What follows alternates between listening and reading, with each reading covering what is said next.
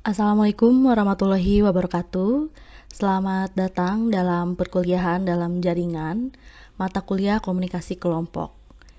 Pada pembahasan kali ini, saya akan membahas tentang perkembangan kelompok. Pada pokok pembahasan kali ini terdapat 6 uraian sub pokok bahasan yang akan kita pelajari pada kesempatan kali ini. Yang pertama, mengapa individu tergabung dalam suatu kelompok. Kemudian apakah itu didasari oleh suatu kebutuhan individu, dan apa saja sih kebutuhan individu, itu akan menjadi sub pokok pembahasan yang kedua. Kemudian tujuan individu dan tujuan kelompok, dan dilanjutkan dengan daya tarik yang berasal dari daya tarik interpersonal dan daya tarik kelompok. Kemudian budaya dan perkembangan kelompok serta proses pembentukan kelompok. Ada banyak hal yang melatar belakangi kenapa individu bergabung dalam kelompok.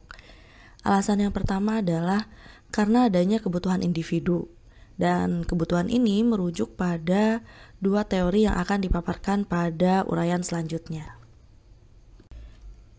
Adapun alasan berikutnya, yakni berkenaan dengan tujuan individu, seperti pada pembahasan sebelumnya bahwa hakikat manusia sebagai makhluk sosial tidaklah dapat hidup sendiri. Dan dengan berkelompok, barangkali individu akan merasa aman, atau dapat memberikan status atau pengakuan, serta juga dapat meningkatkan harga diri dan lain sebagainya. Sementara tujuan kelompok berhubungan dengan hal-hal yang harus dilakukan secara bersama atau berkelompok, seperti diantaranya pengambilan keputusan atau pemecahan masalah bersama. Dan selain ketiga hal tadi, daya tarik juga menjadi alasan mengapa seseorang berkelompok. Daya tarik ini bisa berasal dari daya tarik interpersonal maupun daya tarik kelompok. Penjelasan lebih lanjut mengenai hal ini akan dijelaskan berikutnya. Berkenaan dengan alasan individu berkelompok yang poin pertama tadi terkait dengan kebutuhan individu, ada dua teori yang dirujuk pada pembahasan hari ini, yakni adalah teori kebutuhan yang dikemukakan oleh Maslow dan teori kebutuhan yang dikemukakan oleh Schutz. Mari kita lihat perbedaan keduanya. Teori kebutuhan Maslow atau yang disebut juga dengan teori hierarki kebutuhan manusia. Teori ini dikemukakan oleh Dr. Abraham Maslow pada tahun 1943, dan beliau ini merupakan profesor psikologi di Massachusetts Institute of Technology, yang mengemukakan bahwa tiga asumsi utama dari teori Maslow yakni adalah kebutuhan-kebutuhan manusia tersusun atas jenjang kepentingan atau hierarki, dan dari kebutuhan dasar atau fisiologi sampai kepada kebutuhan yang lebih kompleks yakni aktualisasi diri. Sementara asumsi yang kedua yakni adalah seseorang tidak akan termotivasi untuk memenuhi kebutuhan yang di atasnya kecuali kebutuhan pada jenjang yang di bawahnya sudah terpenuhi atau terpuaskan. Adapun asumsi yang terakhir adalah manusia ini atau setiap manusia itu mempunyai 5 kategori kebutuhan yang terdiri dari fisiologis, rasa aman, sosial, penghargaan, dan tentunya aktualisasi diri. Dan aktualisasi diri atau self-actualization needs merupakan hierarki tertinggi kebutuhan manusia yang mengacu kepada kebutuhan untuk tumbuh dan berkembang dengan potensi diri yang dimiliki sepenuhnya. Dalam hal ini, seseorang akan mengembangkan diri dan berprestasi sebaik mungkin sesuai dengan potensi dirinya. Selanjutnya, kebutuhan penghargaan atau ego and esteem needs. Kebutuhan ini akan dipenuhi setelah kebutuhan sosial terpenuhi, di mana kebutuhan ini terutama berfokus pada ego, status, harga diri, tanggung jawab, kemudian prestis, dan lain sebagainya. Setelah keamanannya mantap, individu mencari kasih sayang, persahabatan, penerimaan, dan perhatian, yang mana ini menjadi hierarkis kebutuhan yang ketiga, yakni adalah kebutuhan sosial berupa afeksi, relasi, maupun hubungan keluarga. Begitu semua kebutuhan dasar tadi terpenuhi, individu berhasrat untuk memenuhi semua kebutuhannya yang berkenaan dengan keamanan dan keselamatan, termasuk juga hidup dalam keteraturan maupun stabilitas. Kebutuhan fisiologis atau physiological needs mencakup semua kebutuhan dasar atau primer manusia, seperti udara, sandang, pangan, papan, seks, dan mencegah terjadinya penderitaan. Sementara itu berbeda dengan teori kebutuhan Maslow, yang mana Maslow ini memaparkan kebutuhan manusia dengan memberikan hierarkis berupa 5 jenjang kebutuhan. Sementara menurut Schutz bahwa tidak selalu kebutuhan itu bertahap gitu ya, artinya tidak selalu bahwa kebutuhan yang satu bergantung pada kebutuhan yang sebelumnya. Dan Schutz mengemukakan 3 jenis kebutuhan yang dimiliki oleh manusia, yang terdiri dari kebutuhan akan inklusivitas gitu, atau need for inclusion, kemudian kebutuhan untuk mengendalikan orang lain atau need for control, dan kebutuhan afeksi. Adapun yang dimaksud dengan inklusi itu sendiri adalah rasa ikut saling memiliki dalam hubungan antar individu. Kebutuhan yang mendasari adalah hubungan yang memuaskan dengan orang lain, yang termasuk dalam inklusi ini sendiri bermacam-macam, mulai dari interaksi yang intensif sampai penarikan atau pengucilan diri sepenuhnya. Saya contohkan misalnya hubungan orang tua dengan anak, di mana satu sisi bisa saja positif ketika anak sering berhubungan dengan orang tua. Namun di sisi lain juga bisa saja negatif ketika anak dengan orang tua tadi jarang sekali berhubungan. Dengan kata lain, kebutuhan inklusi ini berorientasi pada keinginan untuk diakui sebagai seseorang yang berkemampuan dalam suatu kondisi tertentu. Ada sejumlah asumsi yang mendasari kebutuhan manusia akan inklusivitas atau need for inclusion. Yang pertama adalah kebutuhan yang berdasarkan pada kesadaran pribadi yang ingin mendapatkan kepuasan dengan cara berkontribusi penuh atau berguna bagi kelompok atas dasar kesadaran sendiri setelah berinteraksi dalam kelompok. Dan pada dimensi ini ada kecenderungan bahwa manusia atau seseorang itu selalu ingin dijadikan sandaran untuk berkonsultasi, bertanya, dan dimintai pendapat dan sarannya. Kebutuhan inklusi yang terlalu tinggi akan mengakibatkan seseorang menempati posisi over sosial, sementara yang terlalu minimal mengakibatkan seseorang dikategorikan dalam kelompok under sosial. Penjelasan mengenai ini akan dijelaskan berikutnya. Kebutuhan inklusi ini berkaitan dengan tingkah laku manusia yang ditujukan untuk mencapai kepuasan individu, misalnya keinginan untuk asosiasi atau tergabung dengan manusia lain dengan cara berkelompok. Dan tingkah laku inklusi yang positif memiliki ciri-ciri bahwa adanya kesamaan dengan orang lain, saling berhubungan, dan ada rasa menjadi satu bagian kelompok di mana ia berada. Tingkah laku inklusi ini bisa saja negatif ketika seseorang cenderung menyendiri atau menarik diri dari kelompoknya. Berkenaan dengan hal tersebut, Schutz membagi 3 tipe manusia dalam melakukan inklusivitas. Yang pertama adalah tipe sosial, di mana pada tipe ini seseorang yang mendapatkan pemuasan kebutuhan antar pribadi secara ideal. Orang ini akan selalu senang dalam situasi apapun, tidak peduli apakah ia dalam keadaan sendiri atau bersama orang lain. Adapun tipe yang kedua disebut dengan tipe under sosial, di mana tipe ini dicirikan dengan seseorang yang mengalami kekurangan dalam pemuasan kebutuhan antar pribadinya. Ciri-cirinya adalah selalu menghindar dari situasi atau kesempatan berkelompok ataupun kesempatan dalam bergabung dengan orang lain. Karenanya ia kurang suka berhubungan atau berkelompok dan bersama-sama orang lain. Kebutuhan manusia untuk berkelompok menurut Schutz yang kedua adalah kebutuhan untuk kontrol.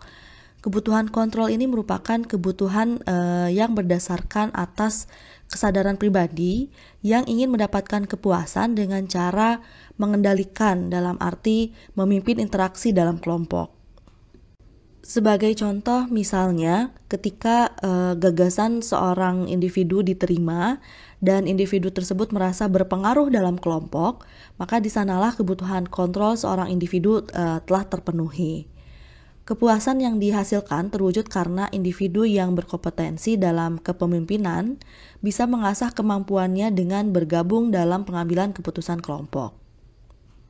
Seperti apakah yang dimaksud dengan tingkah laku dalam kontrol ini? Contohnya misalnya mempengaruhi, mendominasi, memimpin atau mengatur, atau bahkan memberontak gitu ya. Ini termasuk bagian daripada tingkah laku dalam hal kontrol atau mengendalikan diri. Dan ada 3 tipe kontrol penggolongan manusia atas dasar pengendaliannya. Yang pertama adalah tipe kontrol yang ideal atau disebut dengan demokrat. Ciri pada tipe ini yakni seseorang akan mengalami pemuasan secara ideal dari kebutuhan antar pribadi kontrolnya. Ia mampu memberi perintah maupun diperintah oleh orang lain, serta mampu bertanggung jawab dan memberikan tanggung jawab kepada orang lain. Adapun abdikrat ini adalah tipe kontrol yang kekurangan, dicirikan dengan seseorang yang memiliki kecenderungan untuk bersikap merendahkan diri dalam tingkah laku antar pribadinya. Seseorang ini cenderung untuk selalu mengambil posisi sebagai bawahan atau pengikutnya, terlepas dari tanggung jawab untuk membuat keputusan.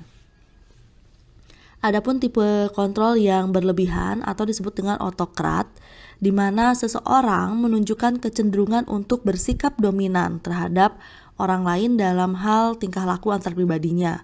Karakteristiknya adalah seseorang yang selalu mencoba untuk mendominasi orang lain dan berkeras hati untuk mendudukan dirinya dalam suatu hierarki yang tinggi. Baik, sudah 2 tipe kebutuhan menurut Scouts yang kita bahas. Berikutnya adalah kebutuhan akan afeksi, di mana kebutuhan ini didefinisikan sebagai kebutuhan untuk mengadakan atau mempertahankan hubungan yang memuaskan dengan orang lain.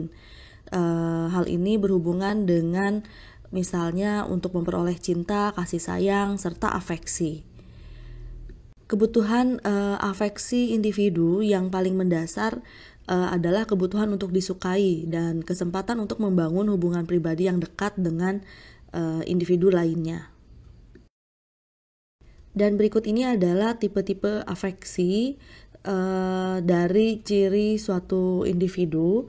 Yang pertama adalah tipe afeksi yang ideal yang disebut dengan personal, di mana pada ciri ini seseorang mendapat kepuasan dalam memenuhi kebutuhan antar pribadi untuk afeksinya secara ideal. Sementara tipe afeksi yang kedua yakni adalah tipe yang kekurangan atau disebut dengan underpersonal. Pada tipe ini seseorang memiliki kecenderungan untuk selalu menghindari setiap keterikatan yang sifatnya intim dan mempertahankan hubungan dengan orang lain secara dangkal dan berjarak. Sementara overpersonal atau tipe afeksi yang berlebihan ini dicirikan dengan seseorang yang cenderung berhubungan hubungan yang sangat erat dengan orang lain dalam tingkah laku antar pribadinya. Kemudian pembahasan selanjutnya, selain pada kebutuhan yang dimiliki oleh individu, alasan lain kenapa seseorang atau individu itu tergabung dalam suatu kelompok, tentu karena adanya suatu tujuan, yang mana tujuan ini bisa saja didasari oleh tujuan individu ataupun tujuan kelompok. Dan yang dimaksud dengan tujuan individu misalnya berupa tujuan untuk mencapai kebahagiaan, mencapai status-status tertentu, memperoleh kekuasaan, maupun sebagai bagian dari upaya suatu latihan pembelajaran gitu ya. Dan tujuan kelompok ini mengacu pada tujuan-tujuan yang memang untuk hal-hal yang tidak bisa lakukan sendiri atau hal-hal yang harus dipecahkan sendiri gitu ya. Sementara tujuan kelompok ini meliputi pengumpulan ide atau informasi. Tentu ketika kita berkelompok, ide dan informasi yang kita dapatkan akan lebih banyak dibandingkan ketika kita hanya sendiri gitu ya. Kemudian tujuan lainnya adalah untuk mengambil keputusan maupun memecahkan masalah yang sifatnya merupakan masalah bersama. Selanjutnya, berikut ini akan diuraikan subpokok bahasan berikutnya terkait dengan daya tarik, yang mana daya tarik ini dibedakan atas dua jenis, yaitu daya tarik interpersonal dan daya tarik kelompok. Terdapat sejumlah faktor yang mendasari adanya daya tarik antar pribadi atau daya tarik interpersonal. Yang pertama adalah tentu seseorang cenderung untuk mau berinteraksi atau berkomunikasi dengan orang lain ketika ia memiliki kesamaan gitu ya. Jadi individu ini cenderung memilih pertemanan yang memiliki sejumlah kesamaan, misalnya kesamaan warna kesukaan, kesamaan hobi gitu ya, atau hewan peliharaan dan lain sebagainya. Faktor berikutnya adalah karena adanya kebutuhan untuk saling melengkapi. Jadi tidak harus selalu karena adanya faktor kesamaan, tetapi perbedaan juga dapat dijadikan sebagai daya tarik interpersonal ketika seseorang memilih pertemanan dengan karakteristik atau kapabilitas yang berbeda, yang mana ini didasarkan karena atas dasar untuk saling melengkapi.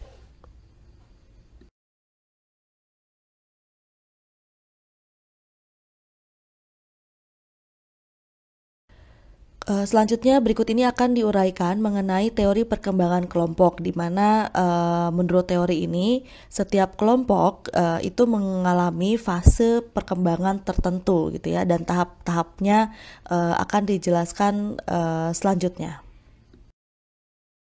Tahapan perkembangan kelompok yang pertama disebut dengan forming atau pembentukan. Ini adalah tahapan awal individu-individu tergabung dalam suatu kelompok, di mana pada tahap ini individu belum saling mengenal satu sama lain secara mendalam tentunya. Kemudian tujuan kelompok sendiri juga belum didefinisikan secara jelas, dan tadi bahwa anggota-anggota tidak saling mengenal satu sama lain dalam hal ya personal background-nya atau latar belakang personalnya. Dan biasanya pada tahap ini ada ciri bahwa hal yang dirasakan oleh individu ini ada berupa kekhawatiran ataupun ketidakpastian gitu ya. Setelah forming, lalu ada storming. Ini adalah tahapan yang kedua dalam pembentukan kelompok. Storming ini dicirikan dengan adanya konfrontasi yang ada di dalam kelompok ataupun kompetisi dan muncul perselisihan-perselisihan. Dengan kata lain, pada fase ini anggota kelompok mengalami suatu konflik yang didasari karena adanya ketidakpuasan antar individu maupun ketidaksepakatan, dan ini menjadi tantangan dalam suatu kelompok untuk dapat mengatasi permasalahan tersebut, utamanya bagi seorang pemimpin gitu ya. Karena ketika fase ini sudah terlewati, maka fase storming akan beralih pada fase berikutnya berupa fase pernormalan atau norming. Fase norming disebut juga dengan tahap normalisasi, dan pada tahap inilah muncul kohesivitas kelompok, ketertarikan, dan komitmen anggota yang tinggi. Setelah norming barulah muncul pada fase performing, di mana pada tahap ini merupakan tahap penunjukan kinerja. Ini adalah tahap saat kelompok berfungsi sepenuhnya dan struktur kelompok yang ada pada kelompok ini telah ditetapkan, dan setiap anggota memahami dan menerima perannya masing-masing dengan baik. Efektivitas dan efisiensi kelompok pada tahapan ini terus meningkat. Selanjutnya, setelah performing, tahapan berikutnya adalah adjourning, di mana aktivitas-aktivitas yang rutin dilakukan telah selesai dan kelompok memusatkan perhatian pada proses penutupan atau pembubaran. Tahap ini dapat ditandai oleh emosi yang sangat positif terkait keberhasilan menghasilkan atau menyelesaikan tugas dan pencapaian tertentu. Atau di sisi lain bisa juga ketika anggota kelompok sudah tidak lagi mendapatkan kepuasan dari kelompoknya gitu ya, mengalami penurunan ketergantungan dan lain sebagainya, sehingga tahap pembubaran atau penutupan kelompok ini terjadi. Baik, itulah tadi pemaparan atau uraian mengenai materi pada hari ini. Semoga dapat dipahami dengan baik. Terima kasih atas perhatiannya. Wassalamualaikum warahmatullahi wabarakatuh.